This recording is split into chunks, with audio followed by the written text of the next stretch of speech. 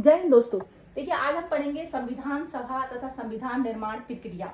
देखिए, हम देख रहे हैं भारतीय राज्य व्यवस्था एवं शासन, ठीक है, जिसमें हमने पिछले वीडियो में अपलोड हो चुके हैं। उसमें आपने देखा ब्रिटिश ईस्ट इंडिया कंपनी के अंतर्गत जो अधिनियम पारित थे और ब्रिटिश ताज के अंतर्गत जो अधिनियम पारित थे, हम वो कंप्लीट कर चुके हैं। इंपोर्टेंट क्वेश्चन भी अपलोड हो चुके हैं, आप जाके प्ले लिस्ट पे देख लीजिएगा। ओके, देखिए संविधान सभा तथा संविधान निर्माण प्रक्रिया तो यहाँ पे देखेंगे हम।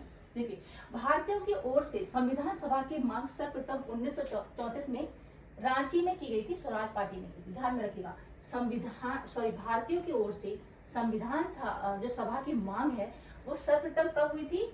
1934 में रांची में, ठीक है, स्वराज पार्टी ने की थी। ध्यान रखिएगा, संविधान सभा के गठन का विचार किसने दिया? एम.एन. राय ने दिया था। ओके, भारतीय राष्ट्रीय कांग्रेस ने 1935 में संविधान निर्माण के लिए आधिकारिक रूप से संविधान सभा की मांग की थी। ठीक है, देखिए भारतीय राष्ट्रीय कांग्रेस ने 1935 में संविधान निर्माण के लिए आधिकारिक रूप से संविधान सभा की मांग की थी।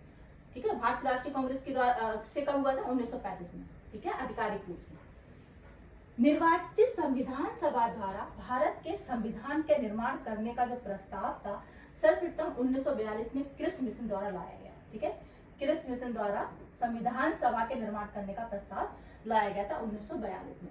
निर्वाचित संविधान सभा द्वारा भारत के संविधान के निर्माण करने का जो प्रस्ताव था 1942 में क्रिप्स मिशन द्वारा लाया गया था।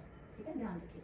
कैबिनेट मिशन योजना 1946 द्वारा भारतीय संविधान सभा का प्रतिनिधिक निर्वाचन के आधार पर गठन किया गया था।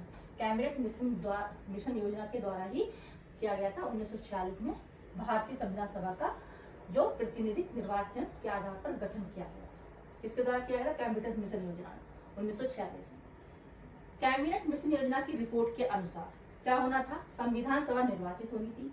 ठीक है, प्रांतों का प्रतिनिधित्व जनसंख्या के आधार पर होना था, जिसके तहत क्या था? प्रति 10 लाख व्यक्तियों पर एक प्रतिनिधि के निर्वाचन की व्यवस्था थी। ध्यान रखिएगा, प्रति 10 लाख व्यक्तियों पर एक प्रतिनिधि निर्वाचन की व्यवस्था थी। एक कैबिनेट मिशन योजना की रिपोर्ट के अनुसार ये सब होना था, संविधान सभा निर्वाचित होनी थी। ओके, संविधान सभा की यहाँ बात कर लेते हैं। संविधान सभा में सदस्यों की संख्या कितनी थी? 389 निर्धारित थी।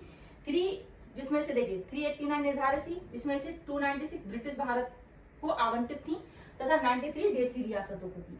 296 सीटों में से 292 सदस्यों का चयन 11 गवर्नरों के प्रांतों से होना था और 4 का चयन मुख्य आयुक्तों के प्रांतों से किया जाना था।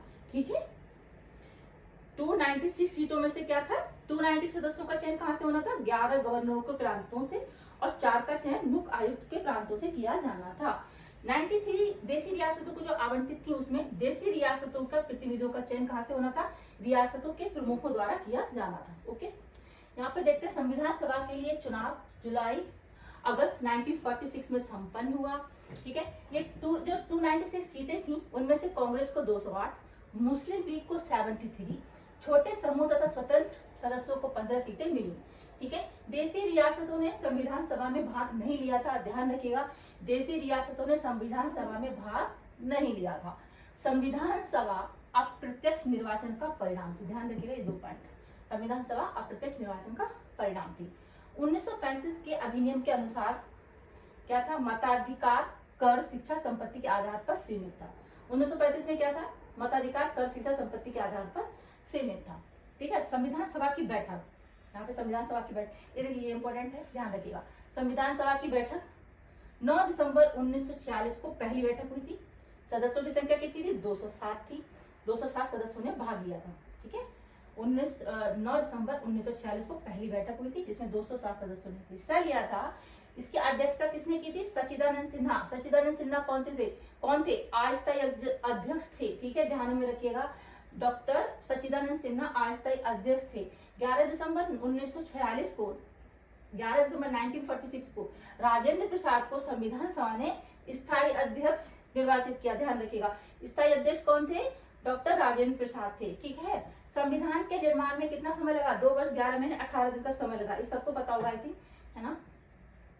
2 वर्ष 11 महीने 18 दिन का समय लगा। कुल अधिवेशन कितने हुए? 11 अधिवेशन हुए। अवधि कितनी थी? 165 दिन। ठीक है, 11 अधिवेशन के अंतिम दिन यानी 26 नवंबर 1949 को संविधान को अंगीकृत किया गया। ये डेट बहुत इंपॉर्टेंट है। ठीक है, 26 नवंबर 1949 को संविधान को अंगीकृत किया गया। संविधान सभा पुनः 24 जनवरी 1950 को समवेत हुई, मतलब फिर से संविधान सभा हुई, जब सदस्यों ने संविधान पर सिग्नेचर हुए। संविधान पर साइन कब हुए? 24 जनवरी 1950, ध्यान रखिएगा, ठीक है।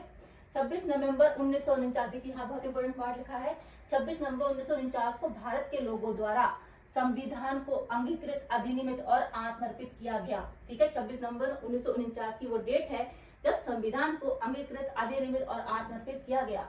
संविधान पूर्ण रूप से कब लागू हुआ? 26 जनवरी 1950, ठीक है। इंपॉर्टेंट पॉइंट है, यहाँ से क्वेश्चन आपको डेफिनेटली एग्जाम में देखने को मिलेंगे, ठीक है। इसके बाद हम वो क्वेश्चन करेंगे जो एग्जाम में आए हुए हैं, ठीक है। नेक्स्ट वीडियो में मिलते हैं।